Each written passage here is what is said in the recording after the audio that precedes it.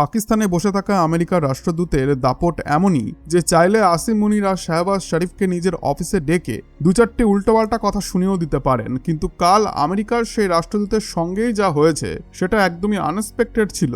আর হয়তো ওয়াশিংটনও তা কল্পনা করেনি। স্ক্রিনে দেখুন, পাকিস্তান সরকার উল্টে আমেরিকার রাষ্ট্রদূতকেই তলব করেছে। বিদেশ মন্ত্রকে ডেকে একেবারে কড়া ভাষায় শুনিয়ে দেওয়া হয়েছে। এছাড়াও পাকিস্তানের বিভিন্ন জায়গায় এখন আমেরিকার বিরুদ্ধে প্রোটেস্ট চলছে, আর সেখানকার পলিটিক্যাল পার্টিজও প্রকাশ্যে আমেরিকাকে ক্রিটিসাইজ করছে। হ্যাঁ, ঠিক সেই পাকিস্তান যে কিনা গত 1 বছর ধরে আমেরিকার পেছনে লেজ নাড়তে নাড়তে ঘুরছিল, যারা বেসিক্যালি নাটক করছিল যে ইরান আর আমেরিকার যুদ্ধ নাকি তারাই থামিয়ে দেবে, আর ডোনাল্ড ট্রাম্পকে নোবেল পিস প্রাইজ পাইয়ে দেওয়ার জন্য কোমর বেঁধে নেমেছিল। সেই পাকিস্তানি গত 24 ঘন্টায় হঠাৎ এমন বিহেভ কেন করছে যেন দুনিয়াতে আমেরিকার সব থেকে বড় শত্রু তারাই। প্রশ্ন হচ্ছে, নিজের মালিকের ওপর প্রেম হঠাৎ করে এতটা ভেঙে গেল কিভাবে? এর কারণ এই স্টেটমেন্ট। স্ক্রিনে দেখুন, ভারতে নিযুক্ত আমেরিকার রাষ্ট্রদূত সার্গিও গোর কাশ্মীরে গিয়ে এমন একটি কথা বলে দিয়েছেন যেটা পাকিস্তানের গায়ে সরাসরি আগুন ধরিয়ে দিয়েছে। তিনি বলেছেন, জম্মু এবং কাশ্মীর ভারতের অত্যন্ত গুরুত্বপূর্ণ অংশ। শুধু কাশ্মীর নয়, পরিষ্কারভাবে জম্মু এবং কাশ্মীরের নাম নিয়েই তিনি বলেছেন যে এটি ভারতের একটি ইম্পর্টেন্ট জায়গা। আর এখানেই তিনি থামেননি, তিনি বলেছেন যে ভারতের সিকিউরিটি ফোর্স যেভাবে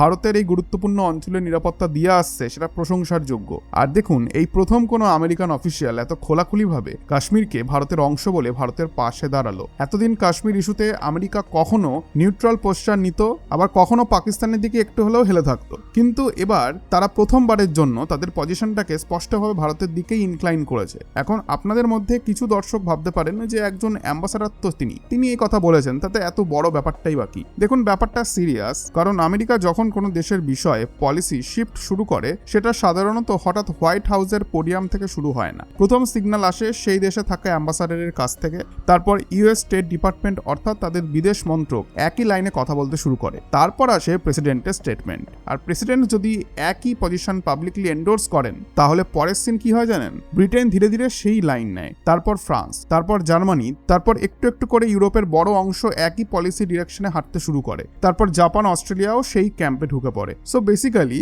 এখন বিষয়টাকে যেভাবে দেখতে হবে যে এটা কাশ্মীর নিয়ে আমেরিকার সম্ভাব্য পলিসি শিফটের প্রথম সিগন্যাল। আর এই পরিবর্তনের বীজ তখনই পুঁতে দেওয়া হয়েছিল যেদিন আমেরিকা ইরানের সঙ্গে সিজফায়ার এগ্রিমেন্টে পৌঁছেছিল। আমেরিকা বুঝতে শুরু করেছে যে একা গিয়ে যে কোনো দেশকে যুদ্ধক্ষেত্রে চূর্ণ করে দেবে সেই পুরনো ওভার কনফিডেন্স আর বাস্তবতার সঙ্গে মিলছে না।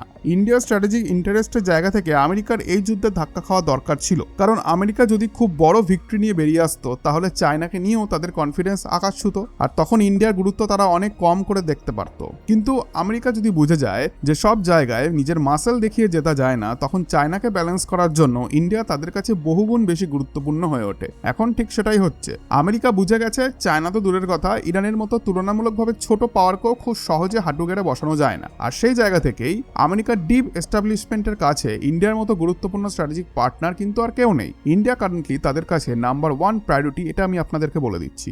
পাকিস্তান অবশ্য একটু চাটকারিতা করেই, 2-4টে ফ্ল্যাটারিং স্টেটমেন্ট দিয়ে ডোনাল্ড ট্রাম্পকে খুব ব্যাটারিং করে, যেন তার কাছ থেকে কিছু পার্সোনাল প্রেইজ কুড়িয়ে নিতে পারে, যাতে সোশ্যাল মিডিয়াতে সেই ভিডিওই 100 বার করে চালানো যায় আর ফেক ন্যারেটিভস রটানো যায়। ট্রাম্প একদিন বলে দিতেই পারতেন যে হ্যাঁ, পাকিস্তান আমার ফেভারিট কান্ট্রি, এই ফিল্ড মার্শাল আমার ফেভারিট মানুষ। কিন্তু একটা দেশের লং টার্ম ফরেন পলিসি কি শুধু একজন প্রেসিডেন্টের পার্সোনাল পছন্দে চলে? উত্তরটা হচ্ছে না। আমেরিকার স্ট্র্যাটেজিক পলিসি তৈরি করে তাদের wider establishment, defence establishment, Pentagon এবং ন্যাশনাল সিকিউরিটি মেশিনারি, আর তারা হিসাব করে রাখে যে আগামী কয়েক দশকে কার সঙ্গে দাঁড়ালে আমেরিকার লাভ। আর আমার মতে সেই দেশের নাম এখন ইন্ডিয়া। আমি আগেও বলেছি, ট্রাম্পের মতো আরো কত প্রেসিডেন্ট আমেরিকায় আসবে যাবে, কিন্তু প্রেসিডেন্ট বদলালেই তাদের স্ট্র্যাটেজিক ইন্টারেস্টটা বদলাবে না। আগামী বহু দশকের জন্য আমেরিকা ইন্ডিয়াকে তাদের সবথেকে গুরুত্বপূর্ণ অ্যালাইদের একজন ধরে এগোতে চাইছে। আমেরিকার ডিপ এস্টাবলিশমেন্ট ইন্ডিয়াকে অত্যন্ত গুরুত্বপূর্ণ কান্ট্রি হিসেবে দেখে, আর ইন্ডিয়াকে নিজেদের স্ট্র্যাটেজিক অরবিটের মধ্যে ধরে রাখার জন্য তারা অনেক দূর পর্যন্ত যেতে পারে।